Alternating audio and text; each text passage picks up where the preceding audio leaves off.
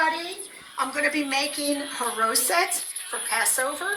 And here's all the ingredients. I'm not sure exactly how much I'm going to be using. I have to kind of gauge it as I go.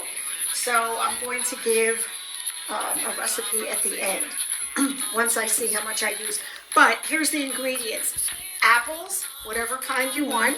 Depends on the amount of people you're going to be feeding as to your ingredient list. Honey, I've got some more in case I need more. You need honey, apples, good wine. Either Manischewitz or Mogen David. Either will work. Right here I have 4 cups of walnuts that I'm going to chop.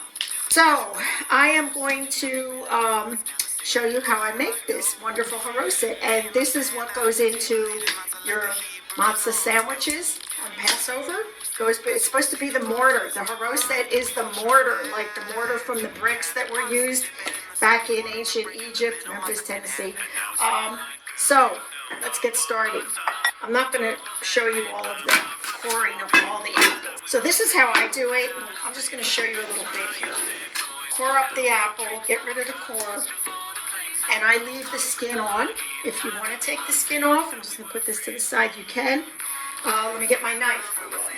Okay, now I like to hand chop all of this. I've never grated it up. I've never put it in the food processor. I don't want to make applesauce. I want to make chunks, small chunks. So I'm just going to show you this one apple, not the whole thing, just to give you a rough idea of how it goes. And I'm not even going to show you the whole apple. I'm just going to chop up some chunks and show you how I do it.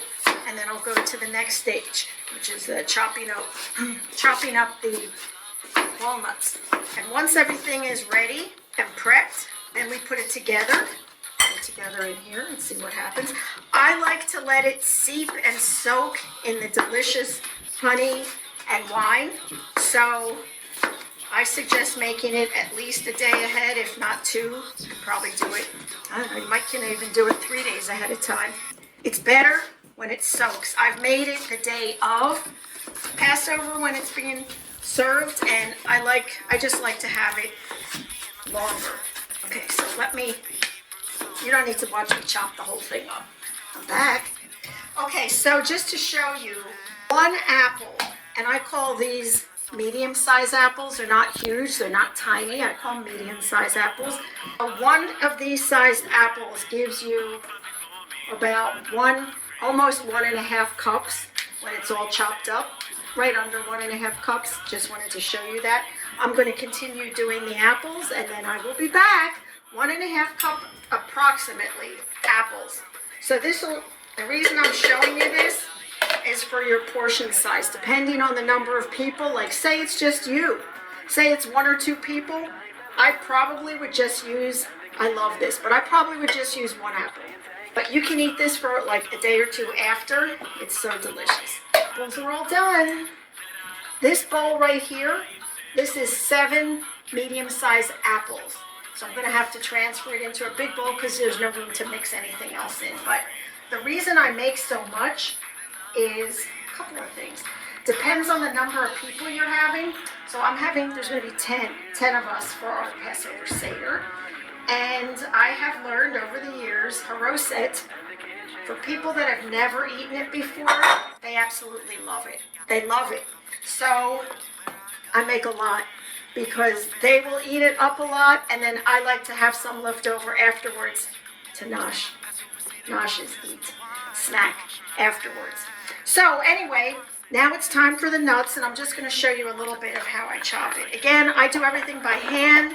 My dear grandma, Goldie and her Yiddish friends called her Golda, taught me how to make this when I was 7 years old. Everything that I'm making for holidays, she taught me how to make. So I've been making it like my whole entire life. So I'm going to chop these up. Actually, I can either use the knife or this other thing I'll show you. And you don't want to make it powdered. You just don't want, like, these are whole walnuts. You don't want whole walnuts. You want it smaller. Because this is going to be the mortar. This is the mortar that goes on your matzah sandwich. So we chop it up. I'll just kind of give you a rough idea here how it's going to go. And back to Passover. So There's a lot of discussion as to what technically you should be making or serving for Passover. Are you a Yahuwah believer, Nazarene, whatever. And here's the controversy. What is Torah-based and what is man-made tradition? So I am making Charoset because I've made it my whole entire life. So is it tradition? Sure, but I'm making it anyway. So I probably chop it up like this, if you can see the consistency. Let me pick this up some more. This is the consistency of it. You don't want it in powder and you don't want it in huge chunks. So I'm going to chop the rest of the walnuts up, and then when I'm ready to put the honey in and the wine, we'll be back. So stay tuned. I'm back. We're in the home stretch. We're almost done. Making Charoset. We're almost done. So I didn't use this chopper. I used the cleaver instead. And it took me to chop 7 apples. 30 minutes. Took a long time. So again, depending on how much, and this is all the apples. So I've got 4 cups of walnuts here that I chopped up, and I'm going to dump them in here. 4 cups of walnuts. Let me so you can see. So you can see. There are 4. Let me move this over. I don't have to chop up anything anymore. Okay, so then we've got over here. This half a cup of honey. I'm going to get that in there. Half a cup of honey. Half a cup of honey in there. Mix it around, and I have more honey. This one here that I'm pouring in was a Texas local grown honey. The other one is from Costco. I try to get organic when I can. Keep the poison level down. So we got half a cup here, and it's kind of to taste. So again, depending on how much you're making, you guys. So obviously, if you're going to put 1 chopped up apple, you're not going to put half a cup of honey. It's way too sweet, way too sweet. And I have another jar too if I need some more. This is a Costco organic Kirkland honey. Now, I'll need more honey, I can already tell. Now, let me get the cup because I'm going to measure. And again, you can't put too much wine in because even if it sits at the bottom, all of this stuff soaks in there, it simmers, it permeates, and it's delicious, yummy, yummy, yummy. So I'm gonna start out 3/4 of a cup and see how we go from there. 3/4 of a cup. This is Manischewitz, and I also like Mogen David. This is Concord grape, or you can use blackberry Mogen David, whatever you want. Just needs to be the good Jewish wine. By the way, in ancient Hebrew, there was no J. Abarit or Paleo Hebrew, there was no J. So I'm going to say, instead of saying Jewish, I'm going to say Jewish. I was raised Jewish.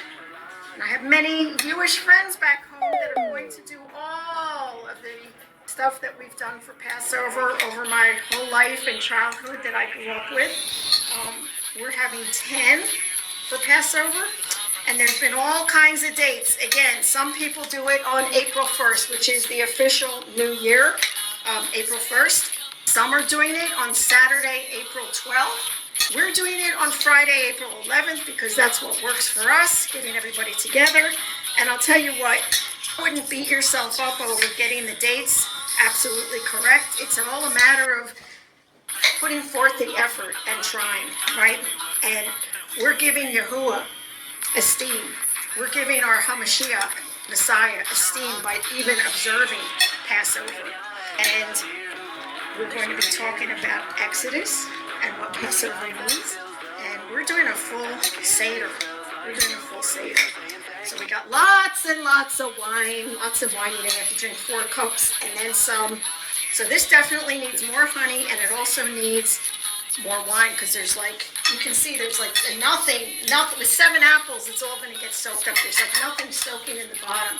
So we have half a cup already, and I'm going to pour in, this backwards, probably another half. Yep, another half. So this will be a cup of wine in here, and it may need more. I think it's going to need more because I don't see enough sitting at the bottom yet. I like to have this sitting in wine and soaking up all the deliciousness. This is so good. So I'm going to maybe go get some more wine because I think that's not enough. And I'll be right back. Just about finished. So yes, I got a little bit more wine. I'm going to put in another cup. So we're going to have in this mixture 1.5 cups of wine. And that's for 7 apples. Yeah, this is good.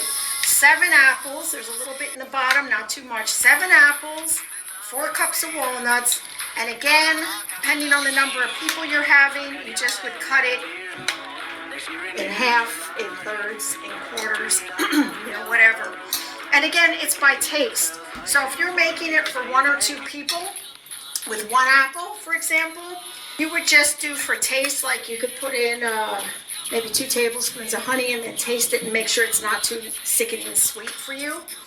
And you just go like that. And with the wine, you don't want to make soup, but you do want to have, like I'm going to show you this, you do want to have some in the bottom, especially if you're making it in advance. Look, see that in the bottom a little bit? Because I want this to deep in there and soak in there. So the word I used before when I was making my matzah brei, fried matzah, is Geshmak. Okay? Geshmak means good, very good. So this also is Geshmak, and I'm going to show you how you do it. So here's matzah. Take out a piece because I'm going to show you how this goes. Wait, here's this is what a whole big piece of matzah looks like if you've never had matzah before. I don't want to waste too much of it. I got a whole, almost a case over there. So, for example, let me just show you the matzah sandwich. You make it whatever size, but I'm just showing you how you do it. So you get your 2 pieces of matzah, just kind of somewhat equal because you're going to make a sandwich. And again, I like this to sit and permeate for a while, but this is like freshly made. So you take some and you put it on like this. Remember, this is supposed to be the mortar used to make the bricks in Egypt when the Israelites were slaves, okay? So you do like that, and you put the top on. I'll show you. I don't want to do it over top of this. Let me move this over. Crumbs. And then you eat. I'm going to set this down, but it is Geshmak. It's wonderful. I don't know what I do with the lid. Anyway, well, now that this is made, put it in a container, any kind of storage container. Make sure it's covered or has a lid, and put it in the fridge. So again, you can make it 2 days before, maybe 3. I wouldn't go more than 3 days, but the stuff is yummy. Everybody loves this. So this is Charoset, and I'm going to write down the recipe and put it at the end of this video. And I have to, I love this wine, so I'm just going to have a little chaser of Manischewitz Concord grape. Very good. It's Geshmak, everybody. Enjoy for Passover. Charoset, right here. This is your mortar that goes in your matzah sandwich. See you guys. Here's the Charoset recipe. Remember, if you're making it for less than 10 people, you have to adjust portions and ingredients. Enjoy. It's Geshmak.